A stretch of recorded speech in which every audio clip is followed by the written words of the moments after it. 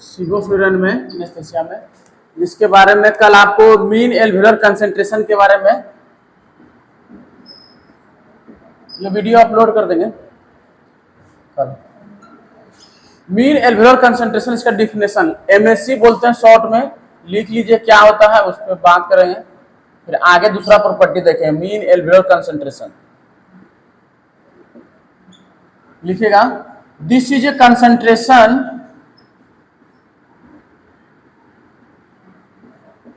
in which this is a concentration in which amount of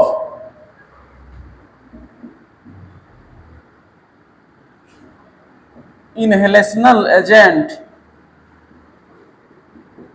that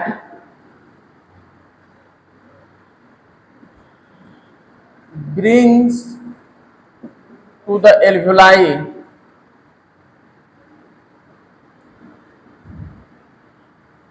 with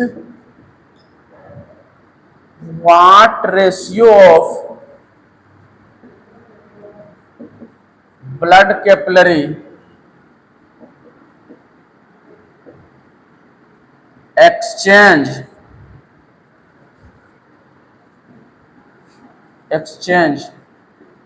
with it.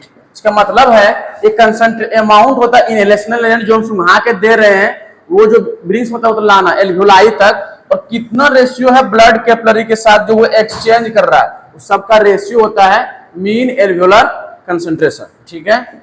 MSc जो होता है इसका value कल, MSc value जो होता है आपका सिवोफ्लुरन के लिए कल लिखाया था क्या? एमएससी का वैल्यू लिखा है सिवोफ्लुरन के लिए। अच्छा, एमएससी का वैल्यू सिवोफ्लुरन के लिए होता है 110, याद रखिएगा। अब इसके बाद इसका जो है ये सब हो गया टर्म। अब हम आते हैं बॉडी फिजियोलॉजी पे क्या असर है, अलग अलग सिस्टम पे देखेंगे। डाइजेस्टिव क्या बोलते हैं, कार्डियोवैस्कुलर पे क्या असर करेगा, रेस्पिरेटरी पे क्या असर करेगा, ये लिखा जाए इसके बारे में। बोल देंगे कि पूरा कॉलेज पहुंच जाएगा जी। इफेक्ट ऑन बॉडी, सब ये बच्चा वो इसमें है। चलिए देखिए, इफेक्ट ऑन बॉडी सिस्टम में सबसे पहले देखेंगे कार्डियोवैस्कुलर पे। आप एक जगह कांस्टेंट रखिएगा कैमरा को, ठीक है, बहुत ज्यादा जगह हमारा सिर्फ मूवमेंट हो, कोई दिक्कत नहीं है। कार्डियोवैस्कुलर सिस्टम मतलब हार्ट पे देखिए, ये सॉरी इसके सबसे पहले जो है डोज लिख लीजिए तो पता कैसे चलेगा। डोज जो होता है इसका, इसी ऊपर में डोज लिख लीजिएगा।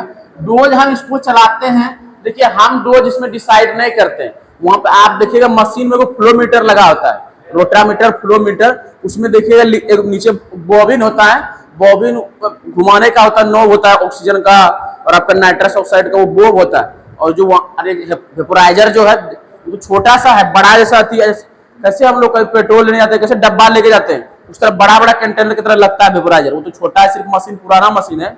अभी को लेटेस्ट में जो इस तरह का 5 लीटर का 6 लीटर का बड़ा बड़ा गैलन आता है, और उसमें कलर कोड लिखा रहता है, उसमें नाम लिखा रहेगा हेलोथेन, वो कलर कोड के अनुसार आता है। और सब डब्बा जो है एक से एक जो इंटरलॉकिंग पे चलता है, एक बार चलाइएगा तो एक ही स्टार्ट होगा। ऐसा नहीं है कि इससे भी जाएगा इससे भी जाएगा, ऐसा नहीं है। उसमें एक बार में अगर सिवोफ्लुरन चलेगा तो वही चलेगा, हेलोथेन चलेगा तो वही चलेगा, आपको चेंज करना होगा। अगर ये चला ऑन हो गया दूसरा बंद हो जाएगा।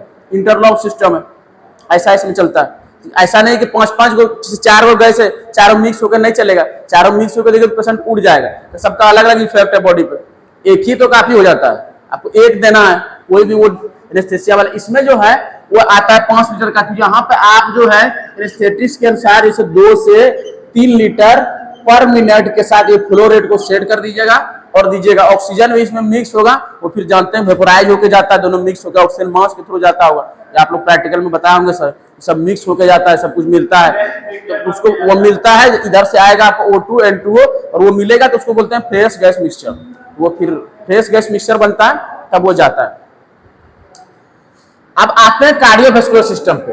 कार्डियोवैस्कुलर सिस्टम में जो है इसमें सबसे पहले ये हार्ट, कार्डियोवैस्कुलर में हार्ट पे, हार्ट पे असर ये करता है, अगर जो इतना डोज जितना है डोज से ज्यादा हो जाएगा तो ये करेगा सबसे मायोकार्डियम जो होता है, मायोकार्डियम हार्ट का जो मिडिल लेयर होता है उसको डिप्रेस करेगा। मायोकार्डियम डिप्रेशन भी करता है, इसके कारण जो व्यक्ति का जो है हार्ट का रिदम, मायोकार्डियम के मसल्स को डिप्रेस करेगा तो हार्ट का रिदम जो है, इसको रिदम बोलते हैं, बीट, हार्ट बीट जो है स्लो होने लगेगा।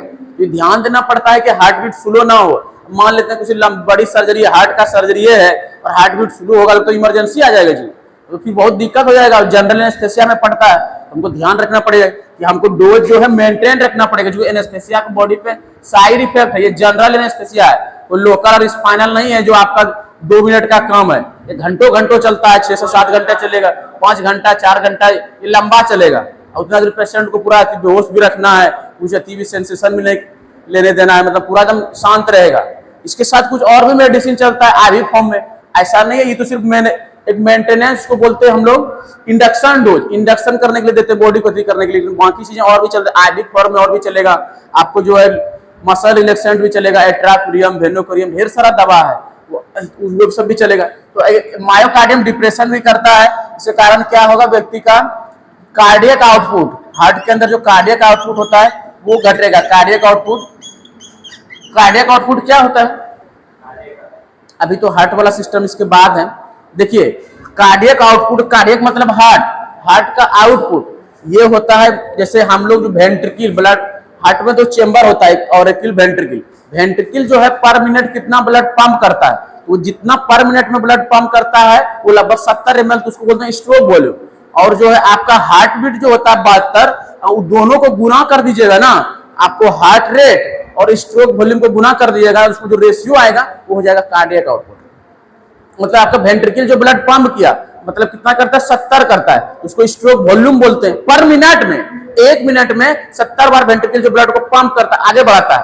और फिर हार्ट रेट जो होता है कितना होता है, 72 होता है, तो गुना कर दीजिएगा 70 गुना 72, 50 चलिए तो 5 लीटर, वही आपका ब्लड को पूरा घुमाने का प्रक्रिया, वही कार्डियक आउटपुट। देखते हैं हमारा 5 लीटर ब्लड होता है जो एक बार में हार्ट का सर्कुलेशन लेगा तो पूरा ब्लड यहाँ से वहां घूम के 1 मिनट में, वही कार्डियक आउटपुट होता है, हार्ट का आउटपुट है। ये होता है आपका स्ट्रोक वॉल्यूम, आपका भी अगला सिस्टम में पढ़ाएंगे स्ट्रोक वॉल्यूम, और उसको बोलते हैं into heart rate. Heart rate, stroke volume क्या होता है, अमाउंट ऑफ ब्लड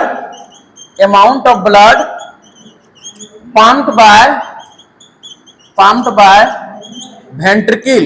वेंट्रिकल कहाँ होता है, हार्ट में। Amount of blood pumped bye ventricle in each minute,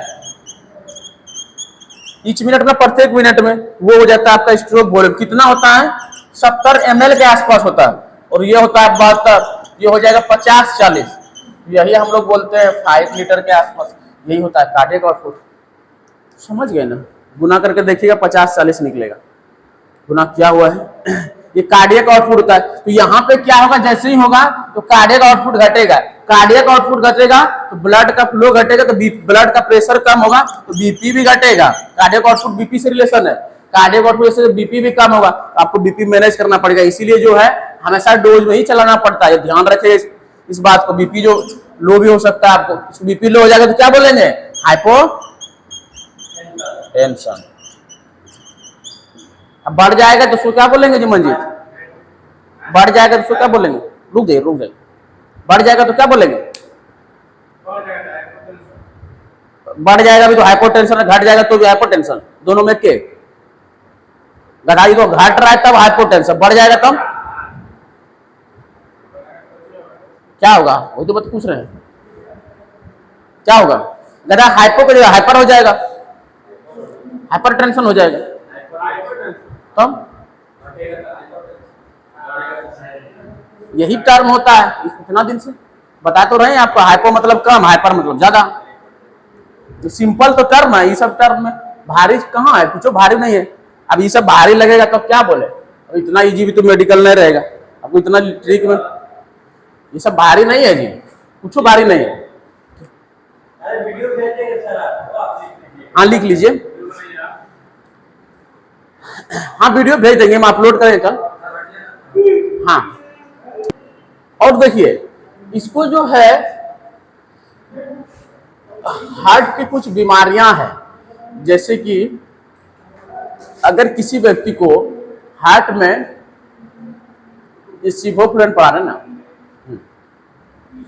देखिए ध्यान दीजिएगा, ये भी जो है ये दवा भी हार्ट के लिए कार्डियोटॉक्सिक है, लेकिन हेलोथेन की तुलना में कम है। इसलिए हार्ट सर्जरी में अभी के समय में जो लेटेस्ट में जो है ना, सिवोफ्लुरेन हेलोथेन से भी ज्यादा चलता है। हाँ, हेलोथेन दोनों चलता है, सिवोफ्लुरेन आइसोफ्लुरेन दोनों चलता है, लेकिन दोनों में कुछ अलग अलग बात। इसमें जो है ये अगर एक्सेस देने पे ये आपको जो है इट लिखिएगा, इट इज माइल्ड कार्डियोटॉक्सिक लिखिएगा, इसी में लिखिए इट इज माइल्ड क्या, हाँ कार्डियोवैस्कुलर में ही लिखना है, हाँ इट इज माइल्ड कार्डियोटॉक्सिक। अभी दूसरा सिस्टम लिखा है कहाँ, इसी में लिखना है इट इज माइल्ड कार्डियोटॉक्सिक, मतलब हार्ट के थोड़ा टॉक्सिक है। तो ध्यान रखना है, कभी कभी क्या होता है किसी के भाल में एक बीमारी होती है जिसको हम लोग बोलते हैं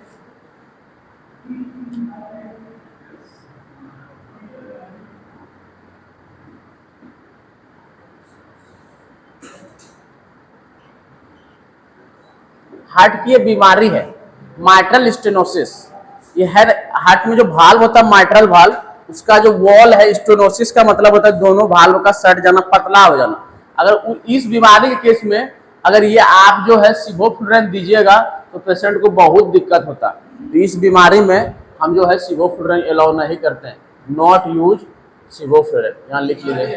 हाँ, हार्ट का बीमारी है, माइट्रल भाल्व होता है जो आपका कहाँ रहता है, आपका रहता है माइट्रल भाल्व रहता है आपका लेफ्ट एट्रियम और लेफ्ट वेंट्रिकल के बीच में, जिसको बाइकास्पिड भाल्व भी कहते हैं। स्टेनोसिस का मतलब होता है जैसे दोनों भाल्व खुला हुआ है, ये जैसे यहाँ थोड़ा देख लीजिएगा आप लोग, जैसे ये दोनों भाल्व खुला हुआ है। स्टेनोसिस का मतलब है इन्फेक्शन के बाद दोनों का वॉल जो होता है सट जाता है। स्टेनोसिस का मतलब दोनों वाल्व के ल्यूमेन का स्पेस कम हो जाना। तो इस बीमारी के केस में जो अगर आप ये दीजिएगा तो बीपी के यदि कम फ्लक्चुएशन की वजह से एक्सेस प्रेशर हार्ट में पड़ता है, तो ध्यान रखना पड़ता है माइट्रल स्टेनोसिस में जो है वहाँ पे आइसोफ्लुरेन यूज होता है इंडक्शन के रूप में। ये ध्यान रखना, कुछ कुछ बीमारी है। बाकी फिर एमआई में आप मायोकार्डियल इन्फ्रैक्शन में आप चला सकते हैं, आपको जो है मायोकार्डियल इस्चीमिया में चला सकते हैं। इस सब केस में जो है आप इसका सिवोफ्लुरेन का यूज कर सकते हैं, इसमें नहीं करते हैं, not use in this case. आपको थोड़ा ध्यान रखना पड़ेगा। तो ये चीजें आपको मिलेगी हार्ट वाले, जहाँ हार्ट का सर्जरी होगा वहीं मिलेगा ये सब चीजें केस, सब जगह तो नहीं मिलता है। जनरल एनेस्थीसिया आपको वहीं मिलेगा जहाँ लंबी लंबी सर्जरी होती है। जनरल एनेस्थीसिया लिखा जाए respiratory system, respiratory system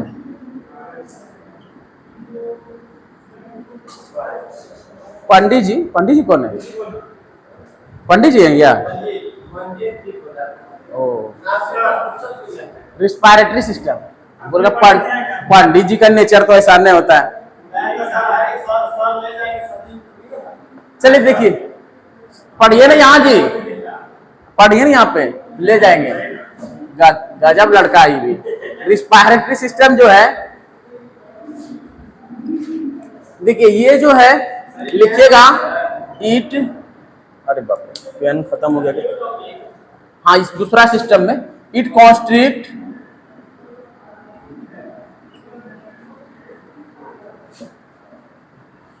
blood vessels of respiratory muscles at higher dosage। मतलब रिस्पिरेटरी मसल्स का जो होता है ब्लड वेसल्स कॉन्स्ट्रिक्ट मतलब सिकुड़ा देना, ब्लड वेसल्स आर्टरी वेन और respiratory muscles at higher doses. ध्यान रखिएगा, पहला ये रिस्पिरेटरी सिस्टम में। और जो है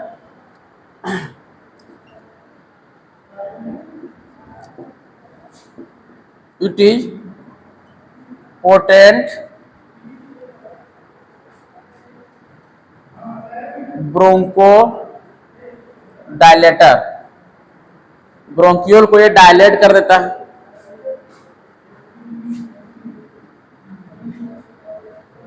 फाइनली डायलेटर क्या हो जाएगा, सो बीपी ऑल्सो डिक्रीज, डायलेट करेगा तो sorry so rate of respiration, यहाँ बीपी कैसे आएगा, so rate of respiration is decrease, बहुत ज्यादा रिस्पायरेशन रेट घटता है। रेट ऑफ रिस्पायरेशन कितना होता है जी, बताइए मजीद।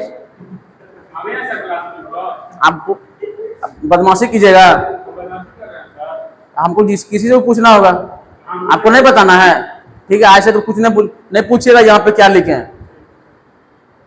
बोलिए कितना होता है रेट ऑफ रिस्पायरेशन, इतना डंडा पड़ेगा ना। रेट ऑफ रिस्पायरेशन 72 होता है, तो वो क्या है ना बोले थे, हाय भगवान,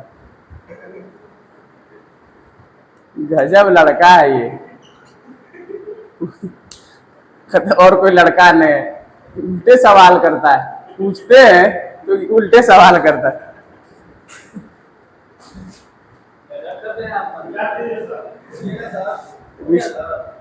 गधा पूछते हैं इसके बहाने रिवाइज हो जाएगा, ये नहीं सोचता है कि हमारे लिए फायदे के लिए पूछता है, कहता है कि हम भी भाई पूछते हैं। क्या बात है, अच्छा है।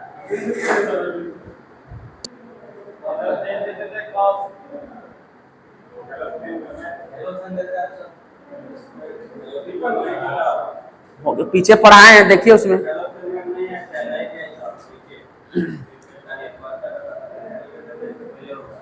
पीछे का याद रखिएगा तब ना कंपेरिजन करके बताएंगे।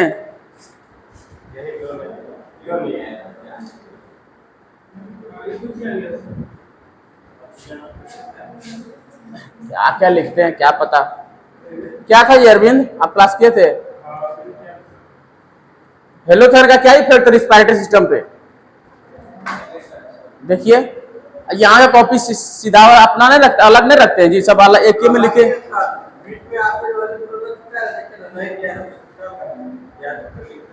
नहीं हेलोथेन वाला तो वीडियो अपलोड किए थे, हेलोथेन वाला वीडियो अपलोड किए थे, यूट्यूब पे डाले हैं, वो हेलोथेन का वीडियो था।